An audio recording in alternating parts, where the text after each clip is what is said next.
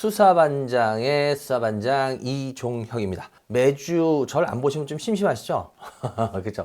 안 보면 또 섭섭하고, 설마 섭섭 안 한다 그러면 제가 섭섭해요. 요번 주는 어땠나요? 날씨가 그래도 좀 한풀 꺾였죠? 확실히 저번 주하고는. 제가 아마 그런 얘기를 했을 거예요. 입춘이라는 게 괜히 입춘이라고 지어진 게 아니다. 그때가 지나면 진짜 뭔가 좀씩 나중에 틀려지기 때문에 입춘이라고 했다라고 얘기를 했죠. 근데 진짜로 날씨가 이제 바람이 확실히 좀씩 틀려지기 시작해요.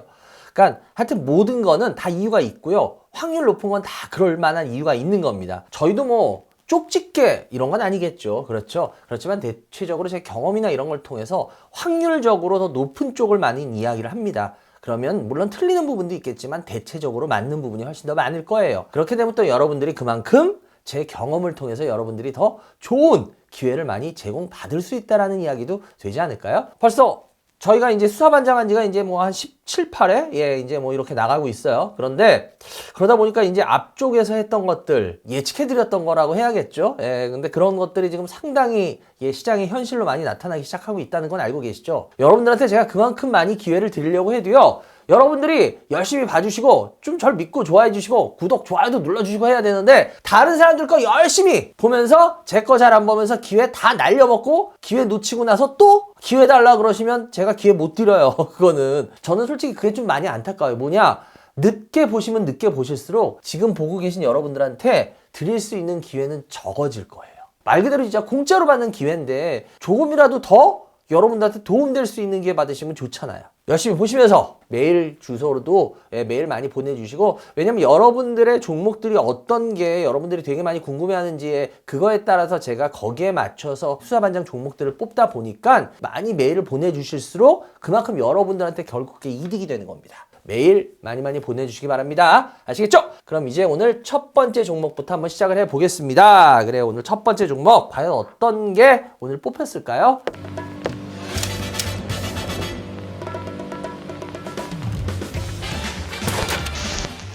들고 계신 분들이 많더라고요. 이 종목. 오늘 첫 번째 종목은 여러분들 SKT입니다. SK텔레콤. 지금 여러분들의 모바일 폰들의 어떻게 보면 통신사 중에 제일 많은 곳이 아마 SKT를 쓰고 계실 거예요. 그리고 특히나 주식 오래 하신 분들은 참 SK텔레콤이라는 주식 진짜 많이 좋아하세요.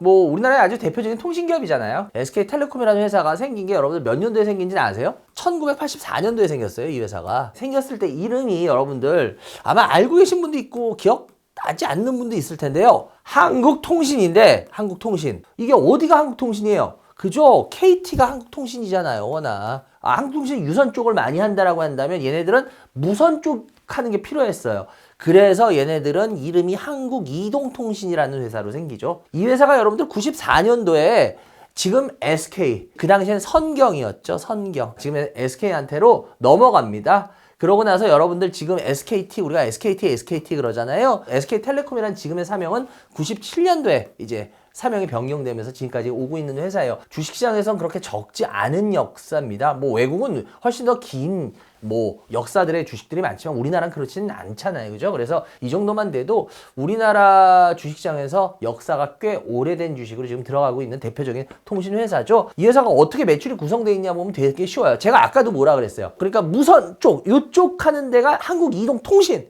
그래서 SKT, 이 회사의 주력 사업은요, 무선 사업부예요. 무선 사업. 이동전화하고요, 무선 데이터들이 있죠. 여러분 쓰시는. 이런 게 무선 사업부 쪽이에요. 매출의 몇 프로 정도 되냐면 얘네가 매출의 한 75% 정도 차지해요. 그래, 진짜 거의 다예요. 그리고 나서 나머지가 좀 있는데 그나마 나머지 중요한 게 뭐냐면 얘네 유선 사업도 해요. 이동통신이면 이 유선 사업을 하나요? 네, 합니다. 여러분들 묶음 상품들 집에 많잖아요. 인터넷하고요, 전화하고요, 이렇게 해서 다 묶어가지고 해가지고 여러분들 하잖아요. 예, 맞아요. 이런 게 유선 사업이에요. 초고속 인터넷 어떻게 집에 와서 그 기사님들이 선 이렇게 해가지고 따서 띄워주잖아요. 그래서 유선 사업이에요. 그래서 이 유선 사업이 한 20%가 좀 넘습니다. 그래가지고 이 회사는 거의 이 유무선 이렇게 매출이 구성돼 있다. 특히나 SKT가 언제 유명해졌냐면 여러분들 1996년도에 큰 사건이 있었던 거 아세요? 핸드폰 쪽에. 혹시 CDMA라는 거 기억나세요? 예, 디지털 이동전화. 그걸 세계 최초로 상용화한 게 바로 SK텔레콤이었습니다. 근데 이게 왜 대단하냐면 여러분들 이 휴대폰도 굉장히 큰 거에 따라서 하나씩 단락이 끊겨요. 근데 맨 처음에 휴대폰 나왔을 때 그걸 우리가 아날로그라 그래요. 아날로그 통신 1세대라고 얘기할게요. 그 다음에 2세대가 나오겠죠. 그게 바로 이 CDMA입니다. 디지털 이동통신이에요. 그래서 이건 여러분들 그러니까 휴대폰의 역사를 바꾼 거예요. 어마어마한 겁니다. 그래서 그때 CDMA 근데 이걸 세계 최초로 상용한 게 여기에요.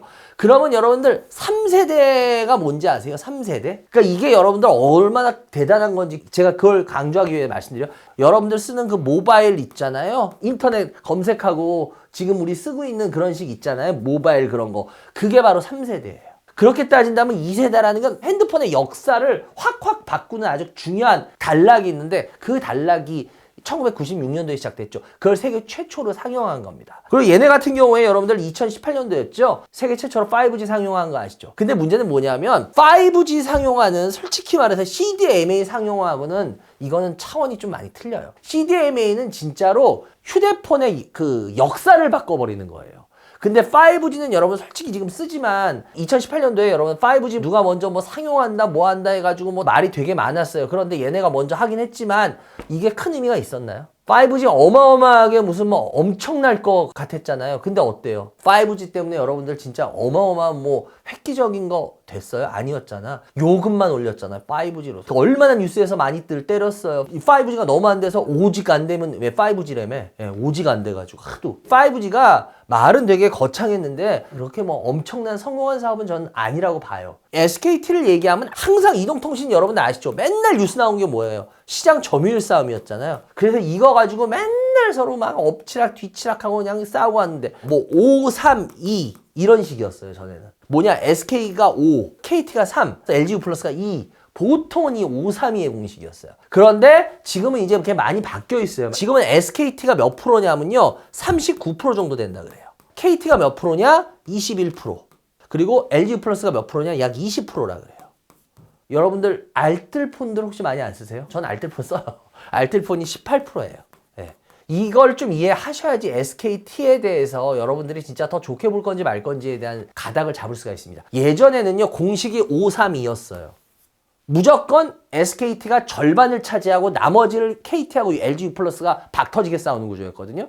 그런데 지금은 39%라 그랬어요. SKT가 생기고 이래로 40% 밑으로 들어간 게 처음이에요. 이제 시장을 계속 뺏기고 있다는 소리예요.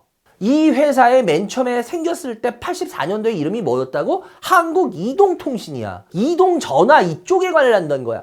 그런데 그 점유율이 생기고 나서 점점 줄어서 이제 40% 밑으로 처음으로 기어 들어갔어. 그러면 이게 성장을 하고 있다는 거야? 성장이 안 되고 있다는 소리야, 잘. 성장이 안 되고 있다는 소리잖아. 이게 여러분들 정말 중요한 핵심인 거예요. 이거 하시는 분들 그래요. 배당 많이 주고 어쩌고. 여러분들 배당 받으려고 주식하세요? 제가 우리 개인 투자자 여러분들 참 답답한 게 안 그래도 이 배당에 대해서 저 쇼츠 올린 거 그것도 안 그래도 굉장히 많이 검색들 하셨더라고요. 근데 제가 왜 이 말씀을 드리나 하면은 여러분들 우리 개인들은요 배당으로 해서 진짜 크게 벌 수가 없어요. 뭐 형 기관 투자가야? 외국인 투자가야? 그래서 배당이 막 몇십억씩 나와요? 아니잖아. 우리 뭐 주식 총 금액이 1억 뭐 미만이 태반인데 그거에서 배당 얼마 나와? 뭐 그걸로 집 사, 뭐 사? 차나 사겠어요? 못 사요. 현실적으로. 배당은 개인들이 진짜로 돈 버는 게 아니에요. 그러면 배당 자꾸 얘기하면 SKT 그래서 통신주 한다? 전 그게 너무 답답한 거야. 이미 답이 나왔잖아. 얘네는 계속 이렇게 줄어들어가. 주가가 올라가면 제일 중요한 게 뭐야? 성장이잖아. 성장의 열매를 찾아야 된다고 제가 그렇게 얘기했잖아. 성장의 열매를 얘는 못 찾는 거야. 이미 여기서 SKT에 대한 답은 나왔어요. 그러니까 제가 SKT 좀 오른 거 뭐 통신주 그래야 되는 제가 한 번이라도 방송에서 좋게 얘기하든가요? 좋게 얘기 안 하죠. 오히려 좀 올랐다고 했을 때 그때 뭐 다른 사람들은 뭐가 어쩌고 해서 막 좋게 말하죠. 거의 99% 걔네들 다 물리게 합니다. 좀 더 오를 수도 있겠죠. 근데 거의 다 물리게 돼요. 1, 2년 뒤에는. 그래서 제가 통신주에 대해서 안 좋게 계속 얘기한 게 그거예요. 왜? 안 되거든요. 왜서 이미 성장의 열매를 못 찾는다는 게 여기에 이미 나와 있거든요. 근데 SKT는 이런 말 합니다. 제가 아까 알뜰폰 얘기했잖아요. 18%라고. 알뜰폰 얘가 몇 년 전에는 한 10% 정도밖에 안 됐어요. 그러다가 한 2, 3년, 3, 4년 사이에 거의 배 가까이 이렇게 커졌어요. 그러면서 이 알뜰폰 때문에 뺏겼으니까 다시 알뜰폰 걸 찾아올 거야. 이 말을 하고 앉았거든요. 전 근데 그 말 들어보면 진짜 속 터져요. 누구를 바보로 하나. 저 뭐 통신사 사장님들 나오고 뉴스 나오거나 뭐 인터뷰 나오면요, 제가 저 채널 돌려요. 이거 조금만 해보면은 답 나오는 거거든요. 제가 이런 얘기 뭐 방송에서 못하지. 아, 유튜브에서 마음대로 이제 해도 되지 뭐. 어때? 뭐 누가 날 뭐라 그럴 거야. 아, 나 이런 게 너무 좋아. 얘기할 건 해야지. 통신사들 솔직히 땅 짓고 헤엄치기 장사 시켜주고 있어요. 정부한테 감사해야 돼요. 뭐 정부에서 뭐 좀 올리면 맨날 자기네 진짜 우리나라만큼 통신회사에 대해서 정부에서 밀어주는 데 있는 줄 아세요? 외국 우리나라 같이 통신 밀어주는 줄 아세요? 다른 나라들은요, 여러분 경쟁시킨 나라 되게 많아요. 장사 편하게 해 이러다가 조금만 가지고만 왜 뺏어가요? 그걸 왜 여기서 찾느냐고. 지네들이 성장 열매를 찾아야지. 그러니까 이게 잘못된 거를 아주 고착화시키고 있어요, 우리나라 통신회사들도. 여러분들, 제가 이 말씀드리는 거는 이거를 제대로 모르면 통신회사들 나와서 말도 안 되는 소리 하는 거에 우리 개인 투자들이 꼼짝없이 당하죠. 왜? 진짜 정부에서 그렇게 해서 그런가 보다. 이건 뭐 여야를 떠나서 항상 정부에서 뭐 하려고만 하면 그래. 근데 그거 아니에요, 여러분들. 그게 아니더라도 통신은요, 지금 현재 레드오션 중에 레드오션입니다. 그래서 이거는 뭐 뭘 기대하기가 쉽지가 않아요. 그나마 그래도 여러분들 나름대로 뭐 그래도 작년에 시장 이러고 이럴 때 그래도 나름대로 선전했는데요. 맞아요. 선전한 부분이 있어요. 근데 이거는 제가 요인을 굳이 분석해보자면, 첫 번째는 경기 방어적이라는 게 작용을 했습니다. 여러분들 아시죠? 경기 방어 성격. 경제가 안 좋거나 뭐 시장이 안 좋거나 뭐 이럴 때는 항상 제일 먼저 빛을 보는 게 뭐예요? 통신주죠. 이건 거의 공식화죠. 그래서 어떻게 보면 그 공식이 통한 거예요. 그 다음에 또 뭐예요? 얘네 아까도 얘기했죠. 배당. 얘네 배당은 많이 줘요. 정부에서 땅 짓고 헤엄치기로 장사시켜줘 왔기 때문에 은행이나 통신은요, 진짜 땅 짓고 헤엄치기. 정부에서 그냥 라이센스 준 걔네들만 할 수 있는 이걸 해가지고 정말 땅 짓고 헤엄치기 장사하기 때문에 돈은 안정적으로 계속 들어옵니다. 그렇기 때문에 뭐예요? 배당은 잘 주죠. 그러니까 뭐예요? 기관들이, 저도 뭐 기관 입고 했을 때도 기관들이 제일 안정적으로 항상 딱 박아놓고 하는 주식 중에 하나가 SKT예요. 배당 잘 나오니까 들고만 있으면. 그렇다고 해서 뭐 주가가 뭐 난리 대꼬볼 치는 것도 아니고 얼마나 좋아요. 거긴 아까도 말했잖아. 돈이 어마어마하게 많거든. 근데 우리 개인은 그렇지가 않거든. 그러니까 배당을 많이 받을 수가 없거든. 배당금이 나온다 그래도 그게 뭐 얼마 된다고. 마지막으로는 여러분들 뭐냐면, 작년에 저 PBR 때문에 그 주주 친화적인 정책들을 많이 폈잖아요. 뭐 단기 순이익의 최소 50% 이상을 뭐 주주 친화적인 정책으로 뭐 현금 배당이라든지 뭐 자사주 매입 소각 이런 걸 하는 바람에 작년부터 해가지고 주가 흐름이 좀 좋은 부분이 분명히 있었습니다. 근데 일단 지금 꺾이고 있죠. 제가 좀 전에도 말했지만, 아까도 이 회사는 성장이에요. 성장. 이 성장의 포인트를 찾을 수 있느냐예요.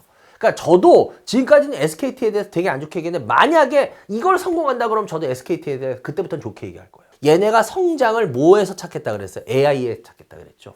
근데 통신하고 AI는 솔직하게 말하자면 이게 좀 접점이 꽤 있는 부분은 맞아요. 우리 생활에서. 지금 어떻게 보면 통신주에 있어서 제 개인적으로는 굉장히 쇼킹할 만한 멘트인데, 만약에 여기서 제대로 성장 포인트를 찾는다 그러면 전 지금까지의 통신주를 제가 얘기했던 것보다는 한 단계 더 레벨업해서 얘기할 수 있어요. 근데 문제는 뭐냐? 이걸 지금 찾을지 안 찾을지 모르겠어요. 얘네가 그래서 뭐 AI 뭐예요? 뭐 데이터 센터니 개인 뭐 AI 서비스 뭐예요? A-인가요? 뭐 이런 거 해가지고 지금 이제 이쪽으로 해서 얘네들이 사활을 걸려고 하는데, 여기 보시다시피 물론 IT 버블하고 우리나라 그때 코스닥 버블 할 때 그때 버블 때문에 크게 오르고 나서 그렇게 했는데, 근데 98년도 그때 그래도 그게 있었어요. 제가 CDMA 얘기했잖아요. 그러면서 클 수 있었던 하나의 큰 성장 포인트가 있었어요. 그리고 얘네들 같은 경우에 나름대로의 성장 포인트를 찾으면 그래도 주가가 좀 움직여줘요. 그래서 지금 주가 흐름은 굉장히 항상 통신주 이런 회사라고 얘기했잖아요. 그죠? 그런데 만약에 여기서 얘네가 AI를 통해서 진짜 성장 레벨을 찾는다 그러면 얘네 주가는 길게 봤을 때 이제 좀 올라가는 모습들이 나올 거예요. 근데 만약에 AI에서 그다지 뭐 그렇게 쇼킹할 만큼 찾질 못한다 그러면 얘네들은 계속 그냥 또 이런 흐름일 거예요. 여러분들이 그래서 생각을 잘 하셔야 될 것 같아요. 만약에 AI에서 진짜 성장을 찾는다 그러면 SKT는 아까도 말씀드렸지만 지금보다 한 단계 레벨업하는 계기가 되겠지만, 그렇지 못한다면 이거는 또 사람 굉장히 고생시킬 수 있는 그런 회사다라고 말씀을 드리겠습니다. 그래요. 오늘 첫 번째 종목 SK텔레콤이었습니다. 오늘의 두 번째 종목은 여러분들 파라다이스입니다. 여러분들 잘 아시는 종목이기도 하고요. 생활 속에서 한 번쯤은 부딪혔을 만한 그런 종목이죠. 이 파라다이스 같은 경우에는 여러분들 아실 거예요. 외국 전용 카지노로 특히나 유명하죠. 서울에도 갖고 있고요. 인천에 갖고 있고, 부산, 제주. 여기 총 4곳에 대해서 외국인 전용 카지노를 갖고 있죠. 어떻게 보면 우리나라 전용 카지노, 외국인 전용 카지노의 1세대라고 얘기해야겠죠. 제일 선두로 시작된 곳, 뭐 이런 식으로 얘기해야겠네요. 그리고 얘네들 또 호텔이 유명하죠. 복합 리조트하고. 복합 리조트 아시죠? 어디 있어요? 영종도에 보면 파라다이스티라고 해가지고 TV 뭐 이렇게 드라마나 뭐 할 때 뭐 쇼프나 이런 데도 배경화면으로 되게 많이 나오잖아요. 그리고 부산 해운대 앞에 바로 있죠. 파라다이스 호텔. 전 개인적으로 부산에 가면 제일 좋아하는 곳이 파라다이스 호텔입니다. 옛날부터 어렸을 때부터 항상 거기를 안 가면 섭섭하더라고요. 부산을 가면. 그래서 하여튼 개인적으로 저도 되게 많이 친숙한 곳인데 일단 이 회사 같은 경우에 매출 비중을 한번 볼 필요는 있어요. 예전에는 여러분들 이 회사가 외국인 전용 카지노로 유명했다 그랬잖아요. 그래서 여기는 카지노 빼면 시체라 그랬어요. 그래서 연세가 좀 있는 분들은 기억나실 거예요. 카지노의 대부 누군지 아시죠? 예, 그래서 지금도 참 그분이 진짜 이 외국인 전용 카지노가 진짜 이게 베일에 쌓인 부분이었잖아요, 옛날에. 그래서 여러분들 80년, 70년대 깡패 영화들 보면 막 외국인 전용 카지노 허가권 놓고 막 싸움하고 막 이렇게 막, 정부 인사들한테 막 돈 대고 막 이러는 거 영화에 많이 나왔잖아요. 예, 이게 진짜 베일에 쌓인 부분이었어요. 그러다 보니까 거기 있는 오너, 예, 누군지 아시죠? 그래서 요즘도 가끔씩 여러분들 기사 보면요. 뭐 그분의 숨겨진 혼외자 뭐 이래가지고 내가 그분의 숨겨진 혼외자다 막 이러면서 그러고 사기치고 한 거에 여러분 모르세요? 평평평 예, 그 선수하고 관련된 있잖아요. 그분도 거기 혼외자라고 해가지고 했잖아. 평평평. 그래가지고 이 회사는 참 어떻게 보면 참 베일에 쌓인 회사 같은 그런 회사예요. 많이 우리가 익숙하면서도 그런 회사인데 이 회사는 말씀드렸지만 카지노였어요. 카지노. 그런데 지금은 이 회사가 복합 리조트 쪽 있죠. 이 리조트. 아까도 제가 파라다이스티 얘기했잖아요. 여러분들 영종도 가보시면 알잖아요. 파라다이스 굉장히 크거든요. 그 파라다이스티 복합 리조트가 매출의 50%를 차지합니다. 이제.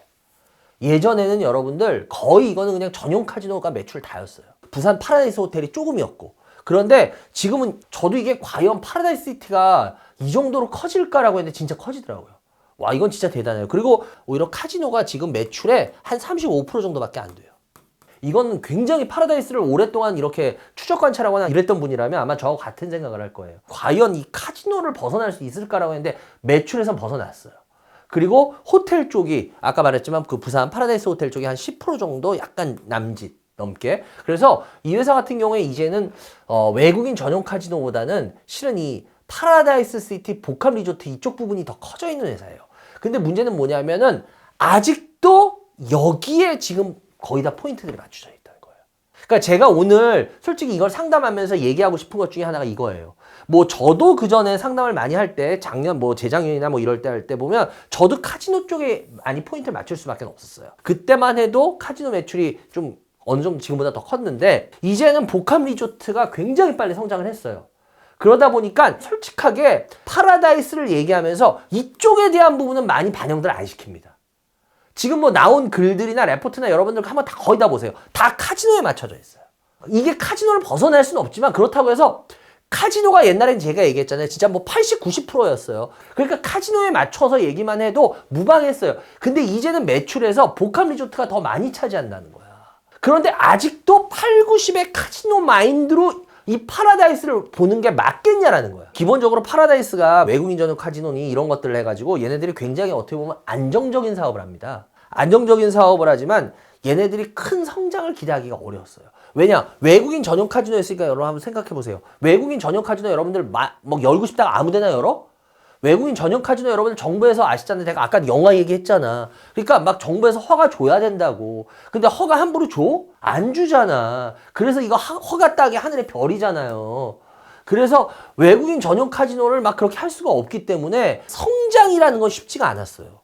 아니면 부산 파라다이스 호텔에서 해야 되는데 파라다이스 호텔 가보셨으면 알겠지만 좋긴 하고 하지만 그게 그렇게 성장을 막 뭐 사람들이 미친 듯이 밀려들어 그럴 수 있는 구조는 아니에요. 그렇기 때문에 성장의 포인트를 못 찾는다는 게 이 회사는 최고의 단점이긴 했습니다. 그리고 이 회사 같은 경우에 특히나 작년이었죠. 아까 제가 SK텔레콤 첫 번째 종목 얘기할 때는 했는데 SK텔레콤 같은 경우는 작년에 굉장히 주주 친화적인 정책을 했잖아요. 그죠? 파라다이스는요 주주 친화적인 정책을 거의 전혀 하질 않았어요. 그리고 얘네 시가 배당률을 따지는 건 의미가 크게는 없지만 시가 배당률이 얘네 1% 정도 되나? 그것도 안 되나 그랬어요. 배당도 별로 뭐 그냥 다 별로였어요. 어떻게 보면 나쁠 거 천지였다라고 해야겠죠. 특히나 여러분들 아실 겁니다. 뭐 3년 4년 전에 우리 뭐 있었어요? 코로나 있었죠. 그때 외국인들 못 들어오죠. 그럼 얘네 어떻게 돼요? 전역하지도 다 팔이 날리게 되죠. 뭐 외국인이 있어야지. 뭐 들어오는 관광객이 있어야지. 그랬는데 그거는 벗어났어요. 근데 문제는 뭐냐면은 미국 같은 경우에 이걸 우리가 카지노나 이런 걸 뭐 죄악주라 그래요. 뭐 예를 들어서 술, 뭐 도박 이런 거 관련돼서 죄악주라고 부르는데 그 죄악주들의 상승률이 어느 정도 꽤 나왔는데 우리나라에서만큼은 그런 죄악주들의 상승률이 굉장히 약했어요. 그리고 그 부분에 있어서는 여기 한번 제가 주봉을 보더라도 보시면 알겠지만 코로나 때 이게 생각같이 여러분들 막 코로나로 인해서 진짜 많이 빠졌냐 그럼 빠지질 않았어요. 왜 회복을 그렇게 못했냐라는 어떤 분들이 그 얘기를 하시더라고요. 근데 그 부분은 여러분들 그게 있어요. 외국 같은 경우에는요, 이 제약주들이 코로나 때 굉장히 주가 하락을 많이 했습니다. 그래서 그거에 의한 반등도 컸어요. 근데 지금 제가 이 주봉을 보여드리는 게 파라다이스는 좀 다른 구조였긴 했어요. 코로나 때 빠진 부분이 있나 보세요. 생각보다 없어요. 거의 없어요. 거의 없어요. 보세요. 있냐? 없잖아요. 그러니까 실은 얘가 코로나로 인해서 굉장히 치명타를 입었다라고는 하지만 주가에서만큼은 아니었어요. 그러니까 얘는 회복할 게 특별히 없었던 거예요. 그래서 그런 부분도 생각을 해 보셔야 된다는 거야. 어떻게 보면 지금 좋은 부분이 있냐 없냐 제가 이 말씀을 제가 드렸는데 일단은 카지노를 얘네는 빼놓을 수는 없어요. 물론 약해지긴 했지만 왜냐면 뭐 지금 나오는 레포트도 다 카지노에 대한 얘기고 결국 카지노에 대해서 뭔가가 있어야지 사람들이 이 주식에 관심을 갖고 살 거란 말이야. 왜? 복합 리조트 가지고는 웬만해서는 사람들이 이 회사에 관심을 갖질 않아요. 예를 들어서 여러분들 한번 보세요. 이제 곧 어린이날 이제 오잖아요. 그죠? 한번 이럴 때 여러분들 파라다이스 시티 가가지고 혹시라도 거기 리조트가 있으니까 뭐 실내 수영장도 있고 막 이렇거든요. 거기 한번 예약하려고 한번 해보세요. 예약 쉽게 되나? 예약 쉽게 안 될걸요? 그 아마 거기 금방 만실돼요. 그런 데들 장사 그렇게 해서 꾸준히 잘 돼요. 복합 리조트. 근데 문제는 뭐냐면 그거 가지고 이 회사가 주가가 어필이 안 되더라는 거야. 아직도. 왜? 사람들 내리 속에는 파라다이스는 무조건 외국인 전용 카지노에 이게 너무 많기 때문에 여기에서 어떤 호재가 터지거나 괜찮지 않으면은 주가가 올라오기가 쉽진 않은 건 사실입니다. 이게 한번 이렇게 고착화돼 버리면 이 고착화를 바꾼다는 게 진짜 어려운 작업이에요. 특히나 이럴 때도 보면 일본이나 중국한테 여기는 다 거의 다 매달려 살고 있었어요. 그런데 이 파라다이스 같은 경우에 이런 건 참 잘 돼 있더라고요. 일본 관광객이 줄면요 중국이 늘어요. 그리고 중국 관광객이 줄잖아요. 그럼 일본이 늘어요. 그리고 여기는 VIP가 특히 중요하거든요. 카지노 영화 같은 데 보면 외국인 보면 뭐 이렇게 VIP들만 있는 데로 딱 들어가서 게임 좀 크게 하시죠 이러면서 딱 하잖아요. 어마어마해요 거기가. 배팅 액수가. 그래서 이 VIP들이 중요한데 이 VIP 쪽이 괜찮아요 항상. 하방 경직은 분명히 어느 정도 갖고 있어요. 근데 지금도 제가 좀 전에도 얘기했지만 복합 리조트 이런 거 장사 매출이 50%를 차지해도 거기가 지금 반영 안 되고 있다라는 거 그건 아쉽다 그랬잖아요. 그건 좀 솔직히 제가 봐도 주봉상 보더라도 반영이 됐으면 좋겠어요. 근데 문제는 뭐냐면 지금 혹시 영종도에 가보면은 큰 뭐 리조트 하나 또 있는 거 아세요? 저도 그거 얼마 전에 무슨 일이 있어서 한번 그 앞에 지나가다 이거 뭐지? 근데 아 이게 그거구나 했어요. 뭐냐면 작년 3월인가요? 미국의 그 모이간인가 복합 리조트 기업 아시죠? 거기서 여러분들 이스파이어라는 곳 리조트 지은 거 아시죠? 영종도에. 그래서 그게 지금 들어왔잖아요. 그러면 이거는 분명히 경쟁자가 들어온 거기 때문에 파라다이스는 별로 뭐 그다지 뭐 영향을 안 받는다. 근데 제가 봤을 때 영향 안 받진 않을 거예요. 받긴 받게 될 거예요. 그리고 그거하고 또 안 좋은 게 뭐냐면은 일본은 여러분 카지노가 없는 거 아시죠? 일본은 카지노가 없어요. 일본은 뭐예요? 이거 땡기는 거. 빠찡고. 일본은 빠찡코가 있지 카지노는 없습니다. 근데 여러분들 알고 계시죠? 일본이 도쿄올림픽 그걸 전후로 해서 카지노에 대해서 허가를 해줬죠. 그래서 이제 카지노가 이제 벌써 공사 들어가 있잖아요. 그래서 아마 제가 알기로 2, 3년? 얼마 안 남았어요. 이제 카지노가 오픈을 합니다. 일본이. 근데 일본이 카지노에 대한 기대가 생각보다 굉장히 커요. 일본 산업계에서. 지금 일본인 관광객 되게 많은 거 아시죠? 일본 관광객 많이 들어가서 여러분들 빠찡코 땡기진 않아요. 그렇게 생각같이 여러분들. 그렇기 때문에 카지노 쪽을 이걸 하면은 이게 황금알을 낳는 거위가 될 거라 그러고 이렇게 되면 우리나라가 카지노가 영향을 안 받을래야 안 받을 수는 없을 겁니다. 그러니까 제가 지금 파라다이스에 대해서 굉장히 걱정하는 게 이거예요. 일본 카지노가 이제 점점 시간이 다가오고 있어요. 이렇게 되면은 제가 좀 전에도 말했지만 아무리 복합 리조트가 50%의 매출을 기록해도 여기는 카지노에서 뭐가 자꾸 나오지 않으면 안 돼라는 식의 이게 너무 강한 이 회사이기 때문에 이렇게 되면은 과연 파라다이스가 뭐 기술적인 반등은 있을지라도 아니면 좀 전에 말했던 복합 리조트 부분에 대한 어떤 그런 부분이 좀 됐을지라도 과연 이게 제대로 기지개를 피겠냐라는 거예요. 전 그 부분에 있어서는 저는 솔직히 말해서 퀘스천입니다. 그래서 파라다이스 갖고 계시면 기본빵은 할 수는 있겠지만 과연 이거를 계속 들고 가는 게 좋겠냐라는 거는 저는 오히려 일본의 카지노가 이제 오픈되는 시기가 몇 년 안에 점점 더 다가오고 있기 때문에, 또 일본 가보셨으면 알겠지만 일본 산업계에서 카지노에 대한 기대가 워낙 크기 때문에 제가 봤을 땐 이거 쉽지 않을 것 같다. 그래서 하여튼 이 파라다이스 갖고 계신 분들 좀 생각을 이제는 조금 달리 해보셔야 될 것 같다라는 생각을 조심스럽게 개진해 보겠습니다. 오늘의 마지막 종목은요, 어른이 아니라 아이에 대한 종목이 들어왔습니다. 세트랙 아이입니다. 세트랙 아이 같은 경우에 여러분들 잘 아시는 분들은 아시고, 아마 저희 방송 보는 분 지금 대부분은 다 아시겠죠? 이 회사 같은 경우에 1992년도에 설립한 회사인데요, 인공위성 위성 만드는 회사예요. 그래서 인공위성 제조하는 회사다. 특히나 근데 얘네가 강점을 갖고 있는 게 어떤 부분인지 아시죠? 중소형 위성에서, 그 중소형 관측 위성에선 얘네가 아주 엄청나게 잘 나가는 회사예요. 세계적으로 따져도 글로벌로 경쟁력이 굉장히 우리가 높다라고 평가하는 회사죠. 근데 얘네들의 그러다 보니까 매출 구성을 보면요, 얘네 매출 어떻게 올리냐면요, 95% 이상이 다 어디서 나오면 위성 관련해서 나와요. 그리고 나머지 그럼 한 5% 미만은 어디서 나오냐? 얘네 자회사들이 있어요. 그 SISR하고 SIA라고 해가지고요, 위성 영상 자료들 팔거나 그거 뭐 AI로 위성 자료들 분석해주는 자회사가 있거든요. 그런 애들이 그 5% 미만인데 결국 그것도 따지고 보면 다 위성이에요. 그러니까 여기는 그냥 위성으로 먹고 산다. 이 회사는 우리가 위성, 별이잖아, 별. 이게 별 볼 일 없는 회사가 아니라 얘는 별로 먹고 사니까 위성 관련으로 별 볼 일 있는 회사다. 특히나 이 세트랙 아이에 대한 강점은 되게 분명합니다. 제일 첫 번째 강점이 뭐냐면 카메라 쪽이에요. 카메라 관련. 특히나 세트랙 아이를 굉장히 높게 평가하는 건 이 고해상도입니다. 얘네 카메라 이쪽이 고해상도가 이게 세계에서 거의 넘버 1, 2예요. 어떻게 보면 굉장히 얘네 강소기업이라고 제가 흔히 이렇게 표현을 하는데, 자기에 아주 확실히 강한 애가 있어요. 두 번째는 위성 본체 제작하는 건데 나쁘진 않아요. 그리고 세 번째 같은 경우에는 자세 제어 시스템 하는 건데, 뭐 이것도 뭐 얘네가 갖고 있는 강점 중에 하나예요. 근데 뭐 솔직히 저는 카메라 이거에 다 가려진다고 보이고, 나머지 네 번째가 뭐냐면요, 지상국 시스템이란데 그 지상에서 막 이렇게 조정해 주거나 이러잖아요. 그런 시스템들을 구축하는 건데, 근데 이게 네 가지 강점이라고 하지만 세트랙 아이암은 카메라에서 승부가 난다, 이렇게 생각하시면 돼요. 그 얘네가 특히나 제가 좀 전에 그랬죠, 고해상도에 있어서요, 전 세계에서 얘네 초정밀 이미징이 최고급입니다. 초고해상도로 이렇게 그 압축해가지고 해서 이런 기술들 다른 회사들이 그렇게 쉽게 못 갔습니다. 그러면 여러분들 이런 생각하실 거예요. 얘네만 이걸 할 수 있느냐?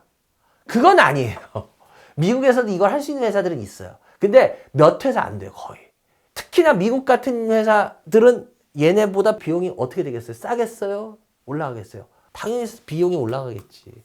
그러니까 얘네들은 그렇게 엄청난 기술력을 갖고 있는 몇 개 안 되는 회사 중에 하나인데 비용이 싸요. 그래서 제가 봤을 때 세트랙 아이는 굉장히 자기의 강점을 갖고 있으면서 비용 측면에서 유리한 측면을 갖고 있어요. 그래서 얘네 같은 경우에 보시면요, 수주한 게 2021년에 얘네가 1,700억인가? 그 정도를 해요. 그런데 22년에는요, 얘네가 얼마나 하면 2,600억인가로입니다. 그리고 23년에는 이게 얼마? 3,600억인가 그러고요. 얘네 지금 작년 4, 4분기까지는 아직 안 나왔죠. 왜? 그 4, 4분기는 지금 계속 그 집계하고 있잖아요. 작년 3, 4분기까지 나왔죠. 3, 4분기까지가 얼마냐면 얘네가 5,400억이었어요. 이렇게 되면 4, 4분기까지 합쳐지면 어떻게 되겠어요? 확 늘어버리겠죠. 늘 수밖에 없을 거 아니에요. 여러분 생각해보세요. 지금 여러분들 결국 우주에 대한 관심들이 어때요? 특히나 작년, 재작년부터 우주에 대한 관심들이 엄청나게 커졌죠. 그러니까 우주 산업이라는 건 여러분들 어때요? 결국 글로벌이한 거예요. 결국 얘네들이 실적이 좋아지고 뭐가 좋아지려면은 우주 산업에 대해서 전 세계가 막 관심 갖고 막 이렇게 해야 돼요. 스타들이 나와서. 그런데 여러분들 전 세계에서 우주 산업을 확실하게 밀어주는 사람 있죠? 누구예요? 스페이스X의 일론 머스크. 일론 머스크가 밀어주잖아. 더군다나 여러분 트럼프 대통령 되고 나서 아시잖아. 우주 산업에 밀어주겠다 그랬잖아, 트럼프가. 제가 왜 이 부분을 강조하냐면요, 이제는 일론 머스크가 이쪽에 있어 스페이스X에서 그 엄청나게 지금 많이 승부를 걸고 있거든요. 어떻게 보면 전 이렇게 봐요. 물론 테슬라가 일론 머스크를 돈을 벌어주게 해주고 지금도 지탱하게 하고 있는 큰 버팀목입니다. 그런데 그 버팀목 위에서 열매를 막 피게 하려고 하는 건 제가 봤을 때 일론 머스크가 그 여러 가지 횡보를 보면 스페이스X예요. 우주 산업이에요. 일론 머스크 말하는 거 잘 들어보십시오. 굉장히 스페이스X 이쪽에 있어서 더 그 많은 이야기를 합니다. 일론 머스크 머리 굉장히 좋죠. 사업가 아시죠? 그렇기 때문에 트럼프에 또 어떻게 보면 베팅을 해서 성공시켰잖아요. 그죠? 얼마 전에 뭐 타임 뭐에서 뭐 그렇게 했다며요. 뭐 일론 머스크를 대통령식으로 이렇게 하는 뭐 그런 논평도 하고. 그러니까 일론 머스크는 지금 어마어마하게 지금 이게 커져 있잖아요. 힘이. 이제는 사업가의 힘만이 아니에요. 그러다 보니까 일론 머스크가 자기가 이 트럼프 4년 동안에 엄청나게 키우려고 하는 분야가 저는 스페이스 X라고 봐요. 그래서 저는 이 우주 쪽 관련돼 가지고 이런 회사들에 있어서 굉장히 강점, 그리고 더군다나 아마존 누구예요? 제프 베이조스. 그분도 이쪽에 우주에 있어 어마어마하게 투자를 시작했잖아요. 제가 봤을 때 이 트럼프 4년 동안에 우주 쪽에서 어떤 일이 어떻게 터질지 모르겠어요. 그래서 세트레가이 질문들 몇 개 들어왔을 때 제가 이 세트레가 이거 참 재밌겠다. 제가 느꼈던 것도 뭐냐, 이 부분에 있어서 여러분들이 생각을 좀 우리가 크게 가져야 간다는 거야. 얘네 같은 경우에 지금 아실 거예요. 지금 글로벌 리아게에서 우주 투자한 금액이요, 24년에요 23년보다 30%가 늘었어요. 얼마인지 아세요? 현재 투자한 금액이 작년에 37조 원이에요. 아무리 여러분 이게 그 글로벌 리아게 본 투자 금액이라도 37조 원이면 여러분 굉장히 큰 겁니다. 엄청나게 큰 거예요. 37조 원이면. 근데 이게 보세요. 지금 계속 기하급수적으로 늘어요. 특히나 작년, 재작년부터 지금 이게 탄력을 받기 시작했어요. 그러면 앞으로 3년, 4년 동안은요, 지금 지나온 3, 4년하고는 잽이 안 되는 3, 4년이 될 거예요. 그래서 제가 이 우주 쪽, 이쪽을 무섭게 보는 이유가 그겁니다. 일론 머스크가 자기가 제일 포인트 둔 쪽은 제가 봤을 때 지금 로봇도 로봇이고, 특히 우주 쪽 로봇. 이미 그래서 뭐 로봇은 난리 났잖아요. 제가 그래서 그때도 뭐 얘기 드렸잖아요. 레인보우 로보틱스. 예, 그죠? 어쨌거나 이 우주 쪽에 있어서 여러분들이 생각을 좀 잘 보셔야 되는 거야. 우리나라 정부에서도 뭐라고 했어요? 예, 뭐 뉴페이스 원년인가요? 해가지고 지금 우주항공 이쪽 관련해가지고 세계 5대 강국까지 만들어 보겠다고 그랬잖아요. 그죠? 근데 이거는 어떤 정권이 어떻게 되든 간에 앞으로도 계속 이거는 신경 쓸 수밖에 없을 거예요. 왜? 이건 전 세계가 지금 신경을 쓰고 나가는 분야라서 조금이라도 뭐 뒤처지는 순간 그냥 쳐져 버려요. 주봉이나 월봉을 한번 좀 이게 세트가를 보겠는데요. 그때 코로나 때 한번 쫙 오고 나서 그 다음은 어때요? 주봉으로 보시면. 실은 얘는 지금 주가가 오른 게 없어요. 그러니까 이때 이 몇 년 전하고 이때하고는 지금 다른 시장이란 말이야. 이 우주 관련이 달라. 제가 일부러 주봉을 보여드리는 이유가 그거야. 보시라고. 하고 나서 그 다음 조정을 보세요. 최소한 21년도 그다음 1, 2, 3, 4년도. 4년 조정 받았어요. 글쎄요. 여러분들이 과연 우주를 어떻게 보실지 저는 모르겠지만 일론 머스크 지금까지 제가 쭉 얘기 드렸잖아요. 그죠? 일론 머스크가 손을 대게 되면 그 분야가 제가 봤을 때 트럼프가 하는 동안은 어떻게 보면 알라딘의 요술램프의 어떤 그런 분야들이 될 가능성이 크거든요. 그래서 제가 아까 이거 처음에 시작할 때 세트랙 I라고 얘기했는데 세트랙 청소년을 거쳐서 이게 몇 년 뒤에는 잘하면 이게 세트랙 어른이 되려고 이름을 바꿔야 될 수도 있지 않겠냐. 그러니까 흐름을 봤을 때 일단 관심을 가지고 계속 지켜보는 게 좀 맞다라고 봐요. 그래서 오히려 이런 애들은 지금 갖고 계신 분들 내려올 때가 어떻게 보면 여러분들한테 더 좋은 기회를 제공하는 게 아니냐. 그래서 이 위성 관련들, 우주 관련들 굳이 여러분들 시끄러울 때보다는 주가 흐름상도 조용할 때, 그럴 때 관심을 가지면 더 괜찮지 않겠냐라는 생각을 조심스럽게 해보겠습니다. 그래요. 여러분들 오늘도 세 종목 열심히 달려봤고요. 아까도 말씀드렸지만 여러분들이 열심히 봐주시고 메일도 많이 주시고 하셔야지 제가 또 여러분들한테 진짜 필요한 얘기를 해드리지. 그러지 않으면 여러분들이 필요한 얘기를 좀 덜 듣게 되시겠죠. 그만큼 기회를 놓치시게 됩니다. 벌써 기회 많이 놓치시고 계신 분들도 나타나고 있어요. 그러니까 여러분들 하여튼 열심히 잘 시청해 주시면서 많은 기회 잡으시기 바라고요. 전 오늘 이만 물러가겠습니다. 여러분들 좋은 주말 되시기 바라고요. 또 다음 주에 뵙겠습니다. 감사합니다.